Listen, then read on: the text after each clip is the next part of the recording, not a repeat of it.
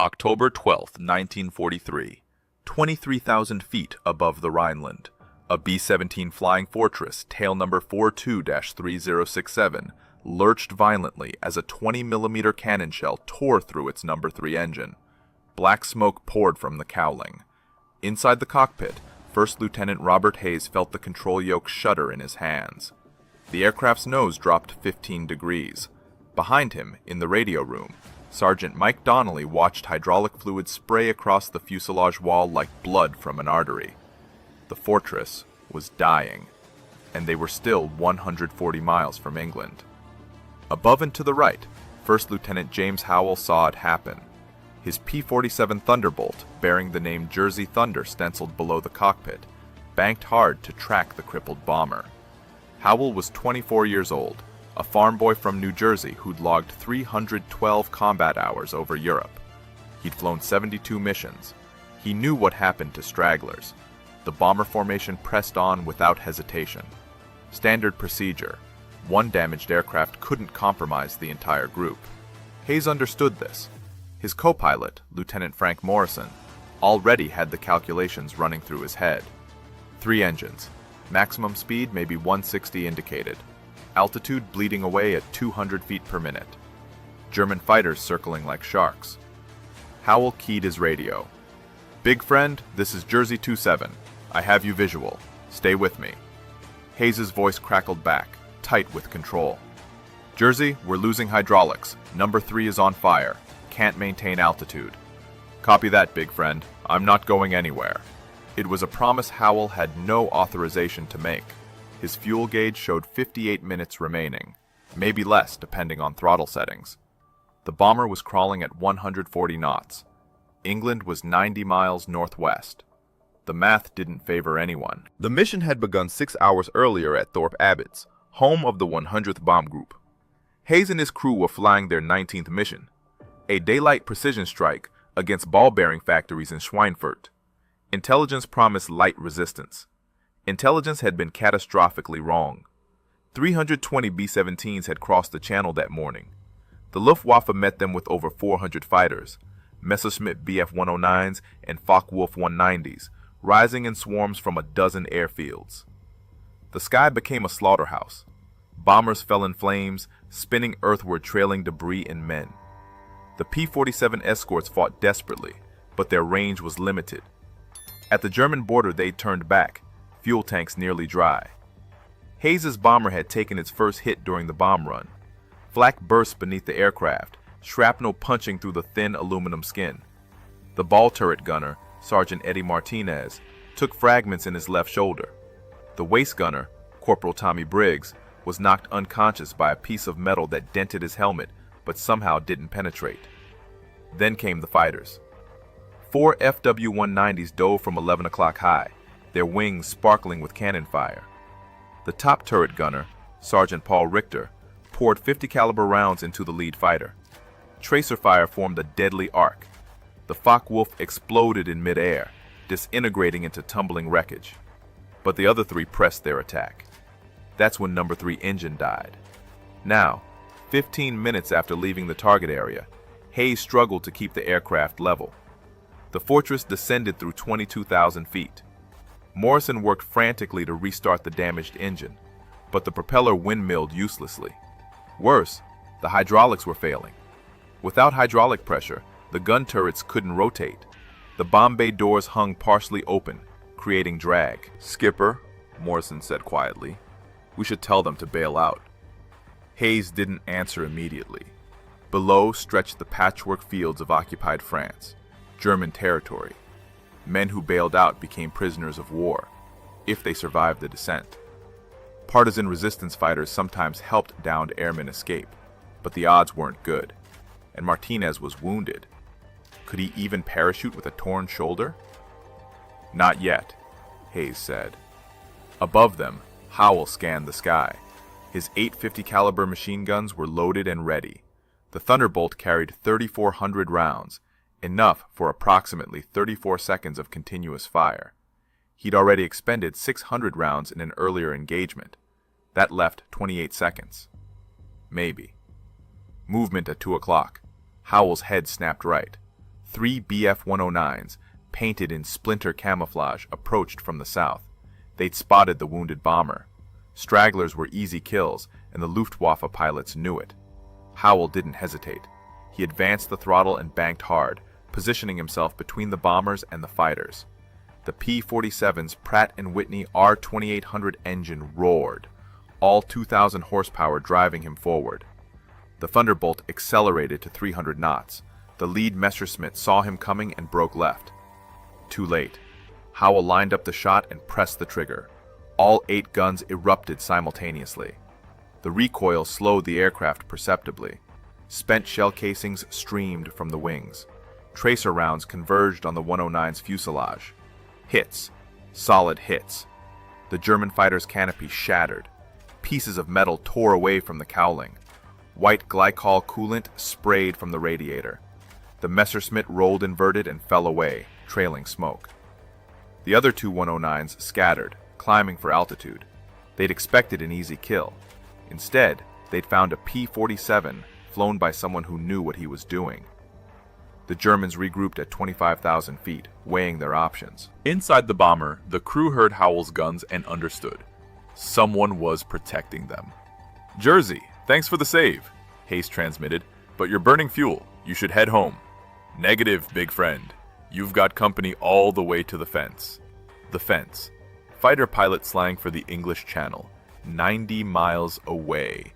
At 140 knots ground speed, that meant 38 minutes. Howell checked his fuel gauge again. 42 minutes remaining. It would be close. Dangerously close. The bomber continued descending. 20,000 feet. 19,000. Hayes fought to slow the descent rate, but physics ruled here. 3 engines couldn't maintain altitude with combat damage and partially open bomb bay doors. The aircraft was a flying brick. At 18,000 feet, the bomber passed through a thin cloud layer. For 30 seconds they flew blind, instrument references only. When they emerged into clear air, Howell immediately spotted trouble. 5 more fighters, BF-109s in a Vic formation, approaching from 12 o'clock level. The Germans had radioed for reinforcements. This was becoming a coordinated attack. Howell positioned himself head-on to the enemy formation. It was a tactic that required nerves of steel.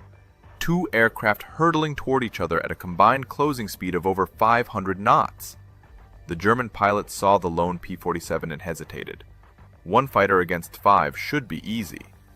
But this pilot had already killed one of their comrades and damaged another. At 3,000 yards, Howell opened fire. Long-range shooting, usually ineffective, but he wasn't trying to score kills. He was disrupting their formation, making them flinch, protecting the bomber behind him. Tracer fire lanced through the sky. The lead Messerschmitt broke right. The formation scattered. Howell dove under them, rolled inverted, and came up firing at the trailing 109. More hits. The German aircraft shuddered and banked away, streaming smoke from its engine. But the fight wasn't over. 2 Messerschmitts circled around, attempting to attack the bomber from the rear. Hayes' tail gunner, Sergeant Walt Kendrick, fired a burst from his twin 50s, but the guns jammed after 4 rounds. Kendrick swore and frantically worked to clear the jam. Howell saw the threat developing. He horsed the Thunderbolt around in a brutal high-G turn, vision graying at the edges from the acceleration. The P-47 wasn't known for maneuverability, but Howell had learned to make the big fighter dance. He closed to 600 yards on the nearest 109 and fired. The German pilot never saw it coming. 20mm cannon shells and 50 caliber bullets stitched across the Messerschmitt's wing root. The wing folded upward, torn away by aerodynamic forces. The fighter tumbled end over end and disappeared into the clouds below. The remaining German fighters broke off the attack and fled eastward. 3 aircraft, lost or damaged in 5 minutes. The price was too high. Silence. Relative silence anyway. The rumble of engines and the whistle of wind through damaged metal. Hayes allowed himself one deep breath. Jersey 27, you just saved our lives. Howell didn't respond immediately. He was checking his fuel gauge. 28 minutes remaining. The channel was still 65 miles away, and the bomber was down to 16,000 feet, still descending. Morrison looked at Hayes. We're not going to make it, are we? Hayes studied the instruments. Altitude, airspeed, fuel remaining in tanks 1 and 2, oil pressure on the 3 functioning engines. Everything told the same story. The numbers didn't lie. We'll make it to the channel, Hayes said. After that, he didn't finish the sentence. After that, they'd ditch in the freezing water and hope the RAF rescue launches found them before hypothermia set in. Survival time in October North Sea water was approximately 20 minutes. Above them, Howell faced his own calculations. His fuel gauge now showed 23 minutes. The bomber was 58 miles from the English coast. At current speed, that meant 24 minutes of flight time. He'd run out of fuel 1 minute before the bomber reached safety. Howell made his decision. He pulled the throttle back to minimum cruise setting, leaned the fuel mixture to maximum economy, and adjusted his propeller pitch for maximum efficiency. Every trick he knew to stretch fuel endurance. Maybe, just maybe, he could squeeze out 2 more minutes. Below and ahead, the French countryside rolled past. Small villages, farm fields, roads where German trucks moved supplies toward the front. Enemy territory all the way to the water. The bomber descended through 15,000 feet. The No. 3 engine's fire had gone out, nothing left to burn, but the drag from the windmilling propeller and damaged cowling was enormous. Hayes trimmed the aircraft as best he could, but every control input felt sluggish. The hydraulics were nearly gone. 13,000 feet. Howell stayed close, weaving above and behind the bomber in a protective S pattern. His eyes never stopped moving. Scan the sky, check the fuel, scan again. Every German fighter pilot in northern France probably knew about the crippled bomber by now. And they were coming. 12,000 feet. The bomber punched through another layer of clouds. When they emerged, Morrison spotted them first. Fighters, 10 o'clock high. 6 contacts. Hayes felt his stomach tighten. 6 Bf-109s in a perfect attack formation, diving from 17,000 feet. The Germans had assembled a hunting pack specifically for this kill. No more probing attacks. This was a coordinated strike meant to finish the job.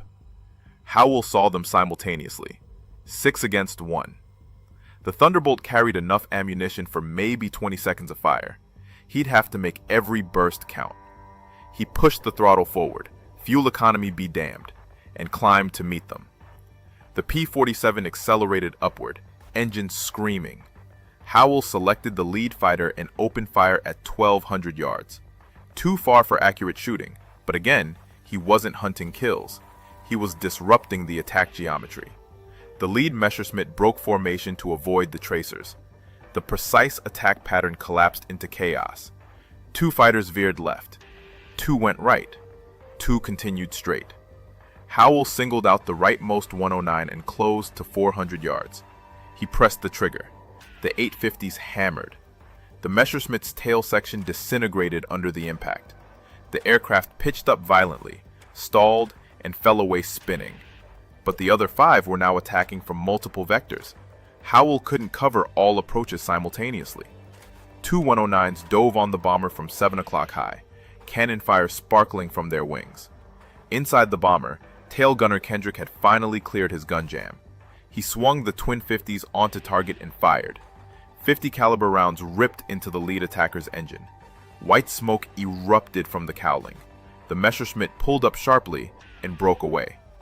But the second fighter pressed the attack. 20mm cannon shells walked across the bomber's left wing, punching through aluminum skin. 1 shell exploded in the No. 2 fuel tank. The tank was nearly empty. They'd burned most of their fuel getting to the target, but residual vapors ignited. Flames erupted from the wing. "Fire in No. 2!" Morrison shouted. He reached for the engine fire suppression controls and pulled the handle. CO2 flooded the engine compartment. The flames flickered and died. But the damage was done. No. 2 engine was destroyed. The propeller seized, frozen in place. The bomber now flew on 2 engines. 2 engines out of 4. Altitude dropped through 11,000 feet. Hayes fought the controls, trying to maintain even a shallow descent rate, but the aircraft wanted to roll left. The weight of the dead engines created an asymmetric drag profile. "Skipper, we gotta bail," Morrison said, louder this time. Hayes shook his head. "Not yet. Jersey's still with us." And he was. Howell had engaged the remaining fighters in a savage dogfight at 10,000 feet. The Thunderbolt's rugged construction saved his life twice. Cannon shells struck his aircraft but failed to penetrate the armor plating behind the cockpit. One round tore through the left wing, missing the fuel tank by 18 inches. Howell destroyed one more Messerschmitt, a deflection shot from impossible angles that caught the German pilot completely by surprise. The 109 exploded midair, a brief orange fireball that left a black smudge across the sky. The remaining 3 German fighters finally broke off. They'd lost 3 aircraft trying to kill this one bomber. Their fuel was low. The engagement wasn't worth it anymore. Howell rejoined the bomber, now descending through 9,000 feet. His fuel gauge showed 11 minutes remaining. The English Channel was 42 miles ahead. At the bomber's current speed, that meant 18 minutes of flight time. 7 minutes short. Howell keyed the radio. "Big friend, I'm going to have to leave you soon. Fuel state critical." There was a long pause before Hayes responded. "Understood, Jersey. You've already done more than anyone could ask. Get yourself home." "Negative. I'll stay with you as long as I can." In the bomber's cockpit, Morrison leaned toward Hayes. "He's going to crash trying to save us." Hayes knew it was true.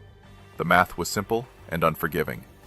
If the P-47 pilot stayed with them all the way to the channel, he'd run out of fuel over enemy territory. He'd have to bail out or crash land. Either way, he'd become a prisoner of war. 8,000 feet. The bomber's descent rate had accelerated to 300 feet per minute. At this rate, they'd be at wave-top level before reaching the coast. If they had to ditch, the impact would tear the aircraft apart. Survival odds in a water landing? Maybe 30%. And that was in calm seas with a functional aircraft. This bomber was barely holding together. In the radio room, Donnelly used his remaining hydraulic pressure to manually crank down the landing gear. It was a precaution. If they made it to England, they'd need wheels for landing. But with 2 engines gone and battle damage throughout the airframe, even a wheels-down landing would be marginal at best. 7,000 feet. The French coast appeared on the horizon. Beyond it, 35 miles of cold gray water. Beyond that, England. Safety. Home. Howell's fuel gauge touched the red line. 8 minutes remaining. Maybe less. The gauge wasn't perfectly accurate at low fuel states. Below them, the coastal town of Dieppe passed underneath. German anti-aircraft batteries opened fire. Black puffs of flak burst around the bomber. Hayes jinked left, then right, trying to spoil the gunner's aim. One shell detonated close enough to rock the aircraft. Shrapnel peppered the fuselage. In the waist gun position, Corporal Briggs, now conscious again after being knocked out earlier, felt something warm running down his leg. He looked down. Blood. A piece of shrapnel had caught him in the thigh. Not serious, but it hurt like hell. "Waist gunner hit!" someone shouted over the intercom. "How bad?" Hayes demanded. "Not bad, Skipper. I can still walk." 6,000 feet. They crossed the coastline and flew out over the channel. The water below looked dark and uninviting. Surface conditions: moderate seas, whitecaps visible. Water temperature: approximately 50 degrees Fahrenheit. Survival time: 20 minutes before hypothermia set in. Howell checked his fuel gauge one more time. 5 minutes. The English coast was still 28 miles away. He'd run dry 12 miles short of land. He made his decision. "Big friend, I'm heading for the deck. Going to set her down in the water close to you. When you ditch, we'll be in the same area. Better chance for rescue that way." Hayes understood immediately what Howell was planning. Instead of turning back and trying to reach French territory, where he might crash land and survive as a POW, the P-47 pilot was choosing to ditch in the channel alongside them. He'd risk death to stay with them until the end. "Jersey, negative. You can still make it back to France. You'll survive as a prisoner." "Not leaving you, big friend. We're going home together, or not at all." Inside the bomber, The crew heard this exchange over the intercom. 10 men who'd accepted their probable death suddenly had hope again. Someone was staying with them. They weren't alone. 5,000 feet. Howell descended alongside the bomber, matching their rate of descent. His fuel gauge showed 3 minutes. The engine would quit soon. When it did, he'd have perhaps 90 seconds of gliding flight before hitting the water. 4,000 feet. Hayes scanned the horizon desperately. Nothing. No rescue boats, no ships, just empty ocean. 3,000 feet. Howell's engine coughed once, the first sign of fuel starvation. He switched fuel tanks, hoping to squeeze out another 30 seconds from residual fuel in the lines. 2,000 feet. Hayes began his ditching checklist. Morrison read off items, his voice mechanical, detached, professional to the end. Crew, prepare for water landing. Assume crash positions. Impact in 90 seconds. In the tail section, Kendrick strapped himself in tight. In the radio room, Donnelly braced against the bulkhead. In the waist, Briggs and the other gunners wedged themselves between equipment racks. In the ball turret, Martinez had rotated his position to the horizontal position and was trying to climb out. The ball turret would be a death trap in a water landing. 1,000 feet. Howell's engine coughed again, longer this time. The propeller windmilled for 2 seconds before power resumed. Hayes lined up into the wind, trying to minimize ground speed at impact. The bomber descended through 800 feet, 700, 600. Howell's engine quit. The sudden silence was shocking. The Pratt & Whitney R-2800 that had roared for the past 3 hours simply stopped. The propeller continued windmilling, but without power. The P-47 became a glider, an 8-ton glider with lousy glide characteristics. Howell immediately pushed the nose down to maintain airspeed. He'd need speed for the landing. Too slow and the aircraft would stall and cartwheel across the water. Too fast and the impact would tear off the wings. 400 feet. Hayes pulled back on the yoke, flaring the bomber. The aircraft's nose came up. Airspeed bled off. 120 knots. 110. 100. The bomber hit the water. The impact was catastrophic. The fuselage struck the wave tops and the entire airframe flexed like a living thing. Rivets popped. Seams split. Water exploded upward in huge plumes. The bomber skipped once, twice, then settled into the water and began sliding forward in a fountain of spray. Inside, the crew was thrown forward against their restraints. Equipment tore loose and became projectiles. The bombardier, Lieutenant Carl Vickers, felt his shoulder dislocate as he slammed into the instrument panel. Martinez, still climbing out of the ball turret, was crushed when the turret collapsed on impact. The aircraft slid for 300 yards before finally stopping. Water immediately began pouring through 100 cracks and holes. "Everybody out! Now!" Hayes shouted. The crew scrambled for exits. The top hatch, the waist gun windows, the nose hatch. Morrison kicked open the escape hatch above his seat and pulled Hayes toward it.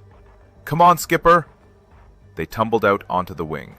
The bomber was already settling, tilting to the left where the water rushed in through damaged sections. The aircraft had maybe 2 minutes before it sank. 200 yards away, Howell fought his own battle. The P-47 hit the water nose first at 90 knots. The engine, weighing over 2,000 pounds, drove downward like an anchor. The aircraft flipped forward, and Howell was slammed against the instrument panel. His head struck the gun sight. Blood ran into his eyes. Water flooded the cockpit. Cold. Shockingly cold. Howell gasped and fumbled for the canopy release. His hands were numb. Everything was numb. He pulled the emergency release handle and the canopy separated. Water rushed in. Howell pushed himself up and out, fighting against the weight of his flight gear and parachute. The aircraft was sinking fast, dragging him down. He struggled free just as the tail disappeared beneath the surface. He surfaced, gasping, and saw the bomber 400 yards away. Men were jumping from the wings into the water. Orange life rafts deployed. At least some of the emergency equipment still worked. Howell inflated his Mae West life vest and began swimming toward the bomber. Every stroke was agony. The cold water sapped his strength. His flight boots felt like lead weights. He reached the nearest life raft, and hands pulled him aboard. Hayes' face appeared above him. Jersey! You crazy bastard! You actually did it! Howell couldn't speak. He was shaking too hard from the cold. Someone threw a blanket over him. They counted heads. 8 men in the first raft, 3 in the second, 11 total. But there should be 10 bomber crew and 1 fighter pilot. That was 11. Everyone had survived the landing. Wait, someone was missing. "Where's Martinez?" Hayes demanded. Silence.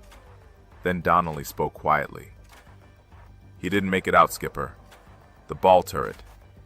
Hayes closed his eyes. 9 saved, 1 lost. The math of war. They floated in the cold channel water for 18 minutes before the RAF rescue launch found them. 18 minutes that felt like hours. Men recited prayers. Some cried. Some just stared at the gray sky. When the British boat pulled alongside and began hauling them aboard, Hayes made sure Howell went first. "This man," Hayes told the British sailors, "this man stayed with us for 90 miles, fought off 20 enemy fighters, ran out of fuel and ditched alongside us.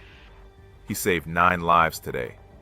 The British captain looked at Howell, soaking wet and shivering violently, and nodded. "Well done, Yank. Well done indeed." 3 days later, Howell received the Distinguished Service Cross. The citation read, "For extraordinary heroism in combat against enemy forces."